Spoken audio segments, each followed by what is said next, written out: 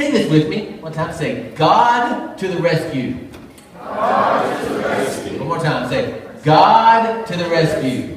God to the rescue. And I just want to say that is the overarching feeling I've been sensing in the last several weeks and months in our community, in our nation. We get to this place when you think that God's the only one who can help. God is all you have. And you find out that God is all you need. Amen. And the norm in the world is not peace. It's war, it's tragedy, it's chaos, it's disorder, it's murder, it's people hating one another. That's normal. That's the earth. That's the fallen state of this world. The abnormal thing is being able to see the kingdom of God in the structures of society, creating like peace on earth, and as it's spoken about Jesus, peace on earth and goodwill toward man. And so you and I are part, if we're part of God's church, we are part of the rescue of civilization. If we're part of God's church, we're part of the rescue of our community. And God's whole mission is that mission of rescue for mankind. And so whatever life you're living, whatever days that you're facing, know this, that there is a giant rescue operation that you're invited to be a part of. To be rescued by God and to walk in that eternal, perfect will of His will and be able to be part of His rescue of other people. So God to the rescue. God to the rescue. There was a big call to prayer in our nation. And I had wanted to go. I didn't think I could go. And it just kind of welled up within me at the end of the service last week. I thought, my gosh, I'm just going to commit and step out of the boat. Like, I had been out of town a lot, but how can we get back? I didn't really know. And so people were milling around after church last Sunday. And I thought, well, I can just take guys. And there was some guys left hanging around. And I just said to people, like, does anybody want to go and pray for the nation? And we went to the National Mall to this big event called Together 2016. And so I didn't publicize it really big. If you want to go again, the next big thing. But it was amazing. There's all people from all over the nation on their knees before God in the heat of July in Washington, D.C., crying out to God. The greatest Christian leaders and speakers kind of lifting up the nation. It was amazing. And I think a lot of good got done. The stage was set up right in front of the brand new African American History Museum, right between the Washington Monument and the White House. Mm-hmm. So all around in this area, there was a proclamation sent from Pope Francis who said, we care about America, we want to see God work there. And there's a proclamation from President Obama. And I think God did some good things. I think we need to be encouraged when people are called together. One of the men who spoke said this: what does a world that's divided need? What does a nation that's divided need? A nation divided needs a church united. And that's a powerful statement, isn't it? A nation divided needs a church that is united. And I got a quick little video I'll show you, just kind of the area, just kind of feel like you're kind of part of something, just kind of see, if you've ever been to these big events, it looks like that, but just to see these hundreds and hundreds and thousands of people there. You got that?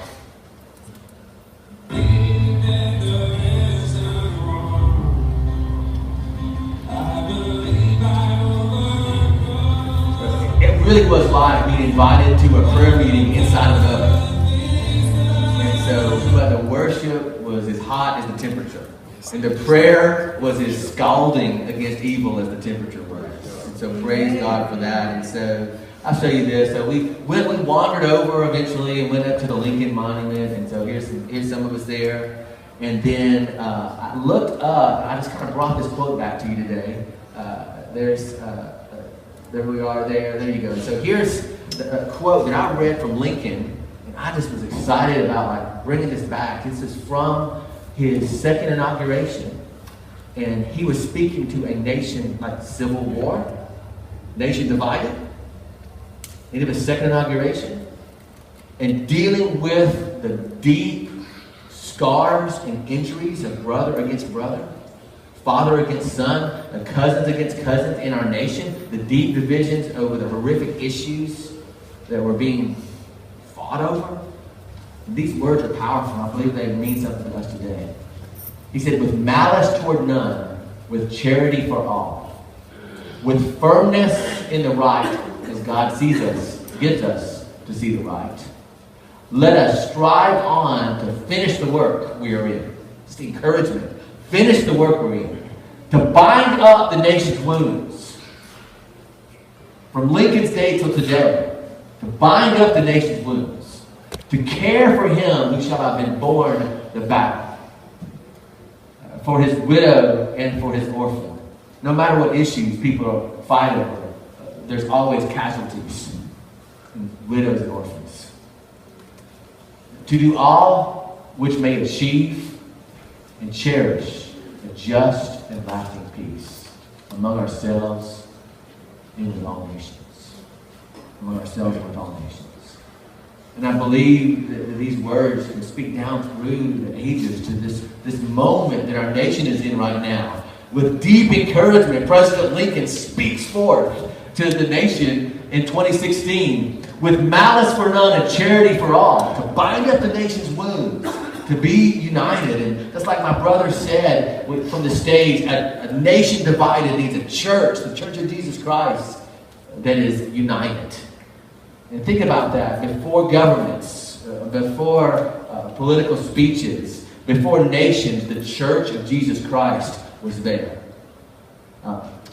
Before anyone ever thought of our nation, the Church of Jesus Christ was marching on. The institution, the reality, to define the reality that we are needing today is God's people. God's people to be God's people. God's people to rise up and say, with malice towards none and charity towards all. And even quote our national leaders and be able to say with Scripture, our nation could be formed out of division into unity, and the church should go first in unity. The Church of Jesus Christ should go first. This is one way to describe the mission of God. God is rescuing millions of people around the world right now. Think about the numbers of people around the world right now that could be coming to faith in Jesus Christ. Think about the numbers of people that are reaching out and crying out to God. In crisis times, prayers and cries go out to heaven. Numbers of people. I had a friend who worked for a division of Campus Crusade for Christ, and they had a ministry that was only internet driven. All evangelism and outreach only internet driven. And he showed me that how you can put up in your church a big screen that showed a flat map of the continents of the world, and showed through their mission efforts, it would pop up in Nepal, someone prayed and asked Jesus as their Savior. It would pop up in Taiwan, someone did. It would pop up in Afghanistan, someone did. Just pop up, and you could watch this map, and through their ministry, just pop, pop, pop, pop, pop, pop, pop. And through their ministry is amazing. And think about that. There's a whole world of multiplied millions and then billions of people around this earth right now that are thinking, should I cry out to God? And those who are crying out to God, and those who are receiving rescue and receiving answers in their life and their hearts. And how do we track this? How do we find this? Because truly the nature of God is a God who is a rescuer. There's a lot of people who have problems thinking of themselves as the rescuers. They go far and above anything and everything to try to do it themselves. But at the end of the day, unless God does the rescue, there's no rescue that happens. Amen. We're going to talk today about how to know when God is initiating a rescue in someone's life. So let's go back to the time of Abraham, the first patriarch, in Genesis chapter 14. I've got a video from our time in Israel, just really quick, to show you something that describes Abraham's extent he went to see God's rescue. In Genesis 14:14, Abram pursues with all of his armed men and trained men, pursues those who capture his nephew Lot. Behind me we can see the city gate to Laish, and this roadway and entryway is the spot no doubt that Abram and his men entered in through on the pursuit of Lot. Now, who is Abram? Who is Lot? He's later named Abraham. He's father of multitudes. He had no children at that time when God gave him that name. But he did have his nephew Lot originally, his brother's son. And they came up and God called him to go on a journey, a spiritual pilgrimage, to find a new nation for all the people that will be born through his lineage. And he traveled up along the northern area from Ur of the Chaldees, which is kind of this Babylonian, Assyrian area. If you've been a soldier, if you've been to Iraq and been around Baghdad, you've been where Abraham's from. So he traveled around this fertile crescent around to avoid the desert. We believe he landed there and he rose up his eyes as God told him and said, "You will see the mountain in which you shall stand. This is where I'm planting you for the multitudes of people." And he looked up and he saw that Mount Moriah. And Mount Moriah is now Mount Zion. It's the place where the temple of the Jews dwelled until it was torn down by the Romans in AD 70. And where today the Dome of the Rock, the Muslim shrine, is there over the place where Abraham eventually bound Isaac and he was rescued by a ram caught in the thicket. And just such powerful meaning that's there. This history that's here. But before all these things happen, in the development of Abram's faith, he found that God is by nature a God who rescues. And he learned that through his family. You know what you and I have to learn? We have to learn that God is a God who rescues no matter what we see, and see it in our families. Has anybody here ever tried to rescue a family member from things they've done? From bad decisions? From money they spent? From marriages that they entered into wrongly? From journeys they've taken? From substances they've taken? From relationships they've ruined? Has anybody ever tried to do that? You ever tried to do that and failed to do it? You ever tried to do it, failed to do it, cried out to God and said, "God, why didn't you let this happen? Why didn't you do it, God? Why, God? Why, God?" And then you kind of get mad sometimes. I feel like, why isn't God doing this? And you get mad at God and you get mad at the person. And you then become more of a bigger problem in the family than the person was. When you overextend a rescue that God's not doing. And when you rescue someone before God rescues them, it takes longer for them to eventually get rescued. And sometimes you go so far with them that now you got to get rescued. Because you've spent too much. You've gone too long. You've given too much because you gave of yourself, not of God. Amen. You did it to fix something. Not to bring glory to God. For God to have his will and his work. And that's where the pain comes in. Oh, it comes in so strongly. And every one of these people who have perpetrated mass murder in our country recently, every one of these people who have stood up and dealt with racial issues, whether they dealt with them rightly or wrongly, the people killed in police action, and the policemen themselves, all of them have families. And all of them are concerned. And all of them are dealing with issues of hate and rage and unforgiveness and feelings of vengeance, and on both sides. Where's God? Where's God? And we can get there with Abram today and realize, here's a place. We can find it in Israel where Abram was given an assignment by God. Now it's the time to go rescue your nephew Lot. Now it's gotten bad enough. He'll come with you. And so let's walk through this passage. Genesis 13, verses 8 through 12. And so it says, "So Abram said to Lot, his nephew," he had charge of him and care for him, "Let's not have any quarreling between you and me, between your herders and my herders." And see what? They were involved in this agrarian society, and they were sheep and cattle and goat herders in this land, and they were nomadic type people. And as they were there, God really began to bless them because Abram did what God said to do. Now, it wasn't Lot who followed after God's plan. He just followed after Abram. He was following, figuring out his life to do better, to get more. And when they got there was all these animals that just grew and grew, and more were born. And at this time, if you're a nomadic herdsman, the more animals you had, the richer you were. How many people know it is easier to get along when you don't have 2 cents to rub together with your family sometimes? But when you got stuff, you argue over stuff. And so they were blessed. And so here's Lot here. And their leadership he had wasn't too good. And so everybody who was under him and everybody who was under Abram, they began to fight for the grazing land, for the best of this, for the best of that. There wasn't anybody saying, oh, let Abram's, he's the old man, let his herders have the best. They all wanted the best. When everybody wants the best, everybody loses. When nobody says you first, everybody goes last. And so they're quarreling. And Abram, what I love about this, first, before any idea of rescue, he practiced detachment. Before he tried to fix Lot's problem, he set Lot out to let his problem get worse. And he said, let's part company. Have you ever had to say that to somebody?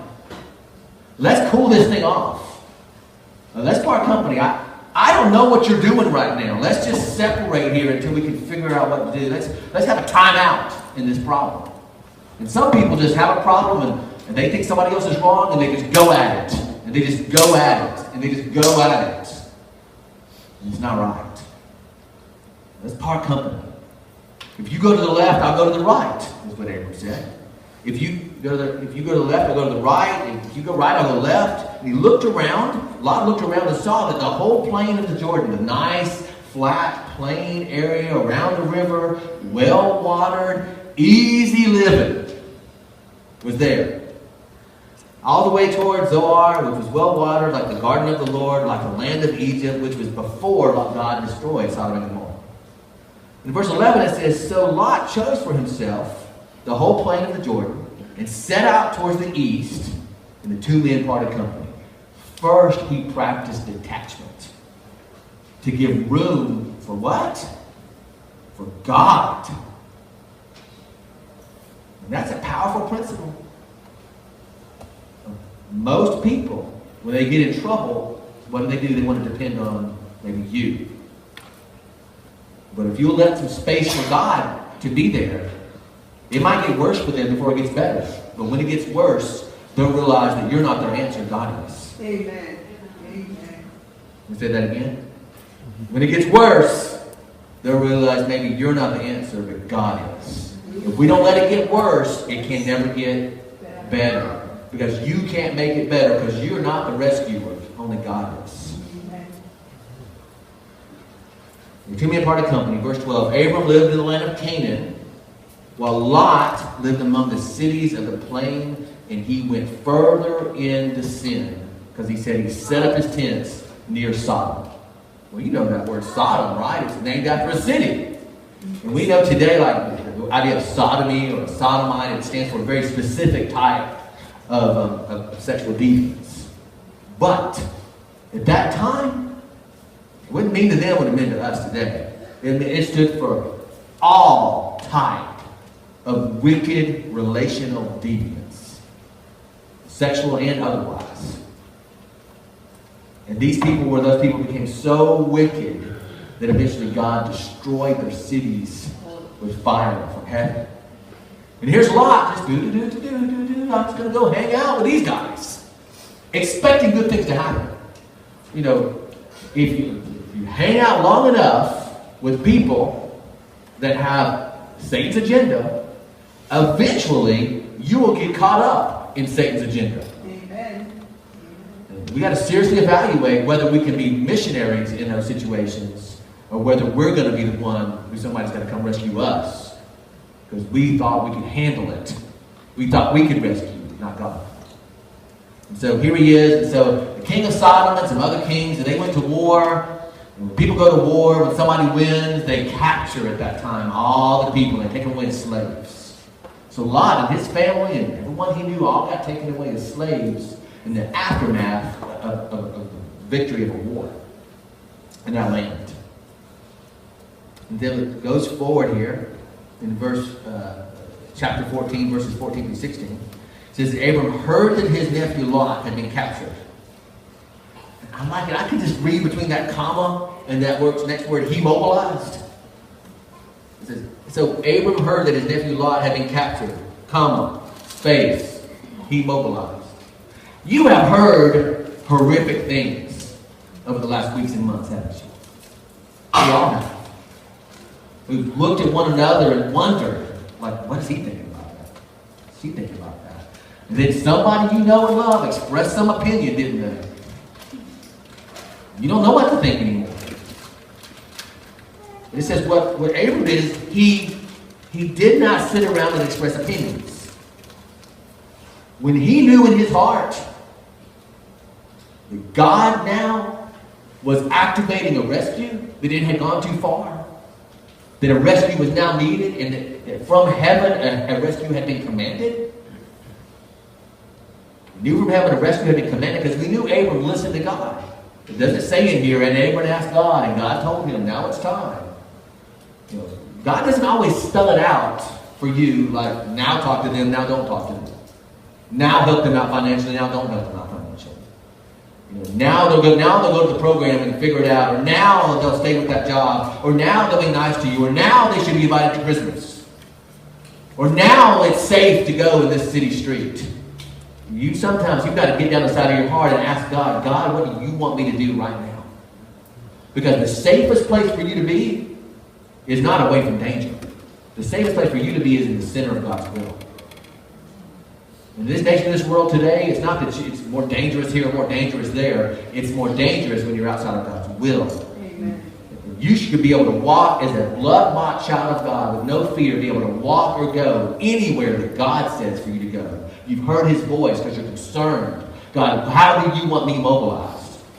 We walked into this Washington yesterday, and believe me, there were gates and fences and walled-off areas everywhere because they were concerned about somebody coming in and targeting this Christian event for terrorism. But where's the safest place to be? Where God tells you to be. Amen. If you don't know God's told you to be there, you better ask him. So it says he mobilized 318 trained men. What I love about this is he had them. He knew his nephew Lot would eventually cause some trouble. He knew that he was living in a dangerous land, even without Lot's garbage. He knew he was living in a dangerous land, and he chose to be strong in the face of fear and enemies instead of weak. Strong people mobilize, weak people talk. And so, he says, he mobilized 318 men who had been born into his household. What I love about that is that they were part of his life. They were born in his household. All his family, he had trained these people up for years and mobilized them. They loved God as he did. Then he pursued Kedorlaomer's army until he caught up with them at Dan, and that's where that city gate is. That is the oldest existing arched city gate in the world. Over 4,000 years old.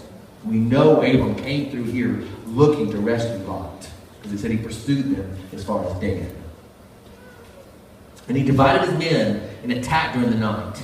Kedorlaomer's army fled, but Abram chased them as far as Hobah, north of Damascus. So he attacked, rescued Lot, the enemy scattered. And what I love about this is, some people, it's like, hey, let's just deal with the problem for now. Okay? And sometimes the reason why the problem isn't dealt with now is because God has a planned end to the problem. And when God ends it, it's over. And it's not coming back again. Amen. If you try to get involved in ending it now, telling people what to think, telling them what to do, rescuing and fixing, if I get involved there, then it'll be rescued maybe for 3 weeks. It'll be rescued until the next problem. But when God does it, they said he pursued them all the way from Dan, all the way up like hundreds of miles north to Damascus. Wait a minute, Damascus? Did the Bible just say Damascus? Where is the civil war and death and refugees streaming out of today? Damascus. Still, troublemakers, difficulty, and people needing rescue. And he pursued these men at that time all the way until they were no longer ever could possibly pose a threat. Because when God does it, he does it all the way. It says, then he pursued them, then he chased them as far as the end of Damascus. In verse 16, it says, Abram recovered. Say with me, Abram recovered. Abram recovered. Another word for rescue or deliverance is the word recover. Some of you have dealt with like recovery, right? Abram recovered. He recovered personally. He recovered his nephew Lot. You see, in God's final analysis, he ended the evil of those men permanently. And then in his final analysis, it wasn't just that Lot got rescued. Everyone associated with him got rescued. God had a bigger end of the evil plan, and he had a bigger rescue of the righteous plan. Amen. That's what we're living in today. Abram recovered all the goods that had been taken, and he brought back his nephew Lot and his possessions and all the women and other captives. It says women and other captives because what the Bible is trying to say here is this. When people in war take captives, they take women, the ultimate abuses happen. And God is saying in this passage his care for women. His care for women who are afraid, women who will be abused, women who are suffering difficulty. He's proclaiming his care. He got the women. The women were safe. The women were safe. Now, another thing that happened on this time of seeking God and pilgrimage in Egypt and Israel was that I came in contact with a lot of the conservative Hasidic Jews.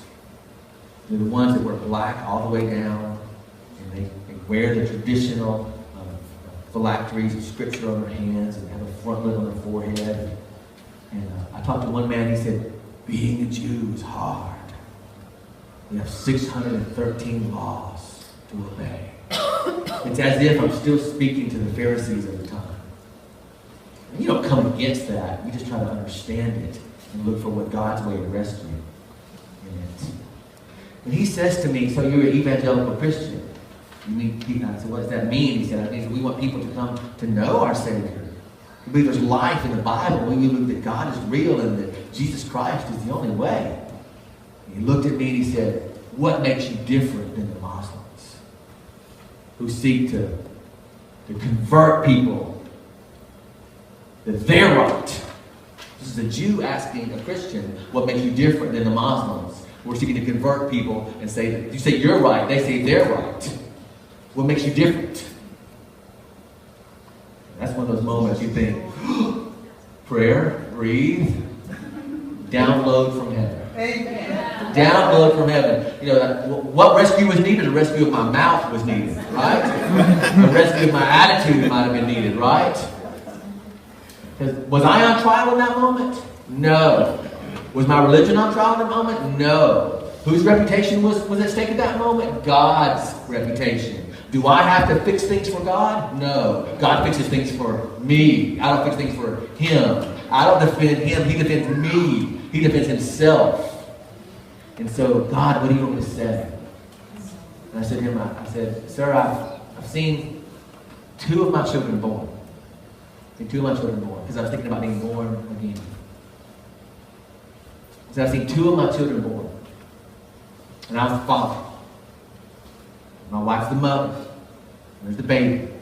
Those people are ones who are active in that birth, right? The mother bearing the child, the father bringing what's needed for that seed to be ready to germinate and grow and become a living human being. And of course, God bringing life in, putting a spirit alive, and that heartbeat coming into being. Boom, that very first time those few cells begin to beat. The quickening that happens inside of the womb, it's a real living human being from conception forward. And so, I was thinking, man, I didn't say all that to him. I was just kind of flooding my thoughts. And I said, wow, you know, I've seen that happen. I wasn't I was the father, but in the room there was a doctor who was not related to us, who was not a participant in the creation of this child. The doctor can either cause the child to come, or can either keep the child from coming. So really, when I see someone come to love God and know God and pursue Jesus and become converted, there's no violence involved. I'm not forcing it to happen. There's no violence in Christians being born again. I'm like the doctor, just encouraging and waiting and watching for the moment of birth. Waiting and watching for the moment of birth. Aiding, assisting, encouraging, coaching, telling them what's going to happen next. Like a good doctor or midwife. This is going to happen next. This is going to happen next. It might hurt, but this is going to happen next. It's going to be life. You can do it. You can do it. You can do it. And I said, I don't make it happen. God makes it happen. That's the difference. And so, we lose sight of that. That only God is capable of rescues. There can be rescues happening all around us in people's lives. But it could be possible that you don't even see them because you're focused on what you can do, or really your weakness and what you can't do, instead of looking to see what God is doing and getting involved in the rescues that He is currently doing, instead of trying to get Him involved in the rescues that you are currently doing. You try to get Him involved in the rescues that you are currently doing and the problems that you currently want to address, or the fixes in anywhere of your life that you want to fix. And I'm not just talking about conversions. I'm talking about any area of life that you want fixed. If God, get involved in my fix, get involved in my issue. If I can turn that around and say, God, let me get involved in your issue. Now, what do you want out of me right now? What are you trying to do in my family right now? And wait a minute, God, what are you doing in our nation right now, God? What are you doing in our government right now, God? What are you doing in our land right now, God? And how can every person be involved in the solution? If you don't do that, you might get a case of what I call a terminal disappointment. Terminal disappointment. There's a lot of people, and maybe some of you sit today have been struggling with a case of terminal disappointment. You ever notice that sometimes people come to God and they want something, and they want everything, get everything straightened out. And they come into the people of God, and they come into the family, and then Satan lies to them, and they feel like Lot, things might be better out in Sodom. And they leave the people of God. You ever notice that feeling in your heart when somebody walks away? You ever notice that feeling in your heart? You might at that moment, see, you're exposed to the contagion of disappointment in that moment. You don't know how it's going to end. All you know is what you see right now. Wait a minute, in our nation, you don't know how it's going to end. All you know is what you see right now. You get a case of terminal disappointment where you walk away because you don't see what you want to see. And there's other people. Some people, they stay, but in their hearts have walked away from the people of God. Amen. Their bodies are here, but their passion is not here. Amen. Their minds are here, but there's no quaking in their soul about it. Maybe even their giving and their service is in the church, but they still have a case of terminal disappointment, and you can tell by every time they talk about disappointment and what can't happen and what won't ever happen. It's a symptom. We're to diagnose it today. For you to come back and say, I can't create a rescue, and I can't cause somebody's life to be in order. I can't even cause my own life to be in order. I'm not a savior, but I know one. I'll never get a case of terminal disappointment where I walk away because I don't see what I want to see in my life or in somebody else's life. I'll never get a case of terminal disappointment where I become part of this frozen chosen and I stop trying to be involved in God's rescues. So what happens is you eventually get to the place where you start to see something happen in somebody's life and you back up instead of going forward. You back up because you just think, oh, it didn't work out the last time I got involved. It got messy. I don't know if I should get involved. I can't really help anyway. Man, if I try it, I'll try to mess it up. Am I speaking anybody's language today? Even if they get right, they'll just mess it up again. Case of terminal disappointment. So how do you tell? I'm going to give you this last thing really quick. How do you tell? I got to thinking about it like everything in the Bible is true, but not everything that's true is in the Bible. And sometimes you can look for these truths in other areas that you found, and especially thinking about the crimes that have gone on, the difficulties and investigations that our nation is facing. Law enforcement has developed this thing, and judges and juries have developed this thing to try to search for the truth. And they put 4 tests to try to find out who could be a suspect and where this thing has happened. And in our case, we're not talking about something that's a crime or a sin. We're flipping and turning it around and talking about how can we tell when God's the culprit, when God's doing the work, when God's culpable in the rescue. And how do you tell? Well, number one, when you see a motive boiling up inside you. See, when Abram said of him, he noticed that his nephew Lot, he had heard that he'd been captured. Remember that space? He mobilized. He mobilized with a motive, right? And his motive wasn't from himself. His motive was from God. And how do we know that? Because the last time Lot tried to pull some foolishness and got involved, Abram disconnected, right? You got to be able to hear from God and know when to hold him, when to fold him, when to walk away, when to run away. What's that motive? See, I've got to be able to get involved in God's rescues of people's lives, to bless and help them, regardless of the outcome, regardless of their response, regardless of how they're going to handle it or deal with it. And I've got to be able to overcome disappointment no matter what people do or say based on the message of God. Because if it's really a good motive, it's a God motive, I'm going to do it because it glorifies God for me to do it. Not because it glorifies God for them to respond.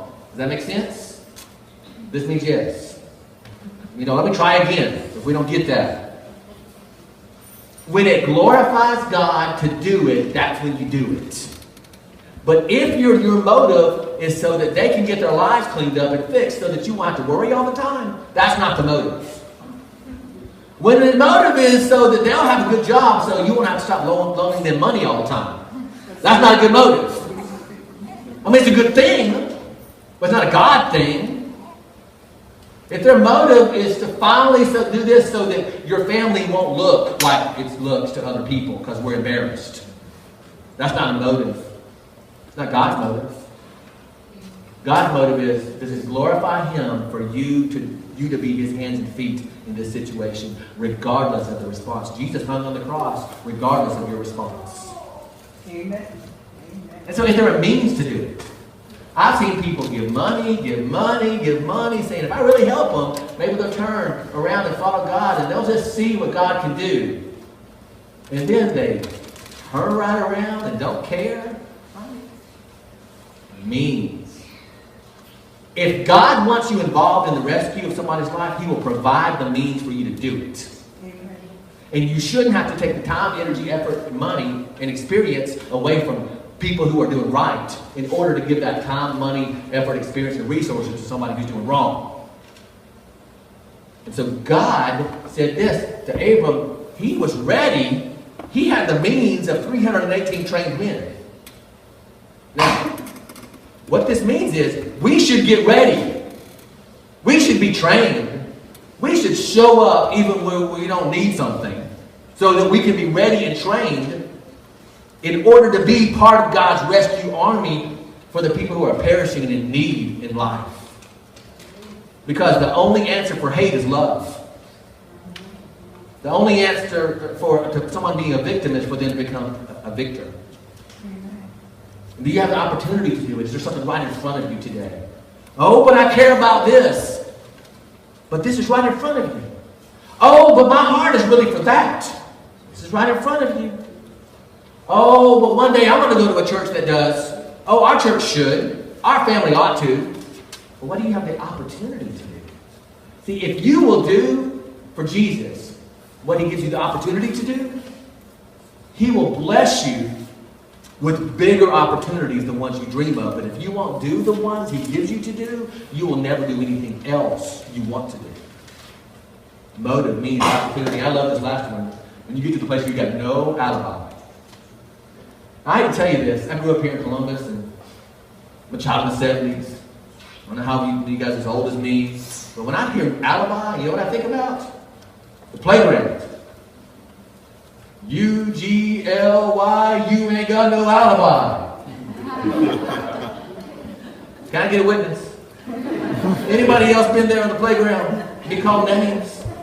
Nobody else? Am I the only one? And you were laughing. You won't admit it, will you? Okay. You know, so sometimes we're like believers and we're U-G-L-Y, we got no alibi, but we're still ugly because we don't help. We don't bless. We got the terminal disappointment. We're standing back. We're waiting on God to touch our family before we touch somebody else's family. We're waiting on God to touch our finances before we bless somebody else's finances. We're waiting on God to do something for me through the church instead of me do something for God through the church. Can I say that one again? It made me happy to say it again. We're waiting on God to do something for me through the church instead of for me to do something for God through the church. The church is not primarily for you to enjoy. The church is primarily for God to enjoy. So if I go to a church and I'm just thinking, well, I like this, I like that, I like this, I don't like that, I really don't like that. Now I got to think to myself, God, I'm here for you to enjoy. It's for you, not for me. We're living in an army town. I want believers in Jesus Christ to be able to say, God, assign me somewhere in your church. What's my assignment? I'm coming down on orders for Rivertown Church. Anybody here today coming down on orders for Rivertown Church? I want to hear about that. I don't want to hear like people going like AWOL, right? Anybody coming down on orders? Assignment. Assignment means I'm under authority. And I'm not my own authority. I come from God to assign because my commander sees more than I see, and he knows where I'm needed. I love that about the Lord. The last thing I'll tell you today is this. We were leaving. I'm like, I love people. We're leaving the mosque, 300,000, 400,000 people, plus all the people in D.C., plus all the people on the subway, plus everybody else I can talk to. Boy, I like people. Especially people I don't know. Like, I really like people that I don't know. Because I haven't met them yet. And I just think to myself, everybody I walk by, I think, well, I haven't met that person. I met that person.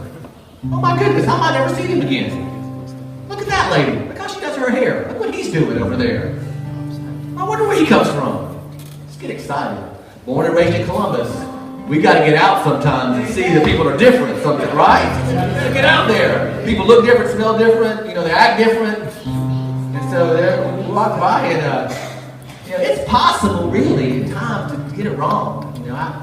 And there's some people on every side of the issue that are interesting. They're very interesting people. So sometimes somebody is trying to rescue and trying to help, and they just don't do it with the heart of God. And so we walk by this truck, and there's a lot of these. In Nation's Capital, I've seen them every time I've ever gone, is this. Large and small. It says, we the people have been trashed.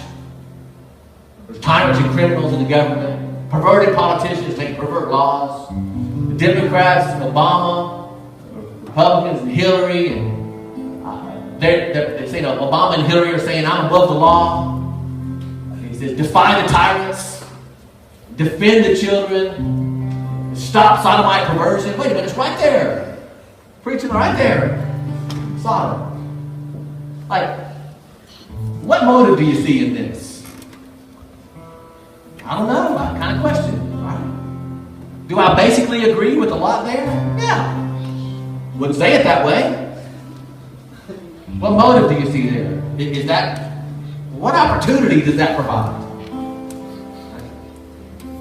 I think he had an alibi. He could have done something different. I hate to think that that's a representation of Jesus loving Christians in the world. So I walk from there, we're going together, me and the guys, and I'm always just meeting somebody. Hey, how are you doing? Okay. So we walk from there, let's get that off the screen. We walk from there into the subway. I'm riding on the subway for a while, and I look, and I'm talking to everybody around me. Hey, sometimes I meet this person, meet that person, introduce them to each other, and then they talk. So I talked to this one lady, and she had the earrings on, with the lady with the big afro and the earrings, the different colors from Africa, and made me excited because I like Africa. So I talked to her for a minute, and I told her we were there in the city for this big event. And she said, "Yeah, I think I saw something about that." We talked about that. She said, "Christian, can I ask you a question?" That's what she said. "What do Christians do to reach out to people of other faiths?"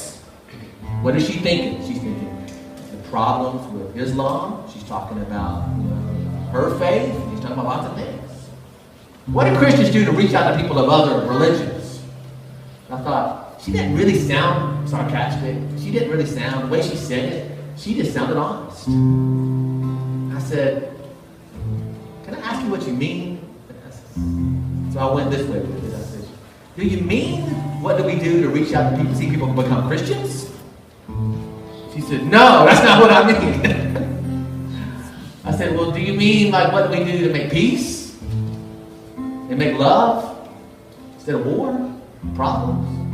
"Yeah, that's what I mean. We're getting off the subway, walking through the train, trying to get through the train station. I'm making sure I'm going the right way and I'm not just following her, talking, leaving all everybody else behind." So we go that way and we talked for a minute. And she said, "Well, what do you do?" And I had to be honest and try to agree with her. Like the Bible says, agree with your adversary while you're on the way. I agreed. I said, "Well, you know what I see a lot? There's a whole bunch of Christians that what they do about other faiths is they just sit at home, watch the TV, and tell themselves, I'm right. To these other people, I'm right. Sit at home, watch television, and believe that they're right instead of engaging in love and conversation. I see a lot of that." She said, "Yeah, I think that too." Then she was ready for truth after that. I said, would you mind if I tell you what you're talking about is tolerance, right? She said, "Yeah, I'm talking about tolerance. Would you mind if I tell you my definition of tolerance?" "Oh, please tell me your definition of tolerance." I said, "Well, this is what I think about tolerance. Tolerance means this. I could say that I think, according to the Bible, that you're 100% absolutely, totally, and completely wrong and have no truth in what you're doing. But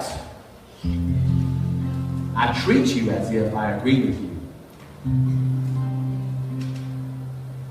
while believing and saying, I treat you with the love, the same love I would treat someone I agree with 100%, but while still maintaining, I don't believe what you believe."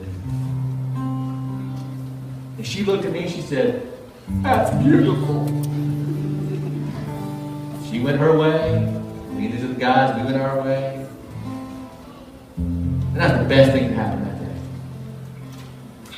Here's the last statement. You have never locked eyes with someone who doesn't matter to God. And I'd add this, just as much as you do. You have never locked eyes with someone who doesn't matter to God just as much as you do. How many people do you lock eyes with in a day? How many people, of those people you lock eyes with in a day, is God working to perform a rescue in their life? You know what I think? I think it's more than you think. He is at work, people. And I can either stare and deal with and watch all the things that are not working, or I can get involved with the things and the people and lives and conversations and in love with it something that is working. And love always works. And love doesn't mean I agree. Love means I treat you just as if I agree. You've never locked eyes with someone who doesn't matter to God. And guess what today? You matter to God. You matter so much. Jesus Christ gave his life and bled out his last drop of blood because you matter to God. Amen. Let's stand up today as a close.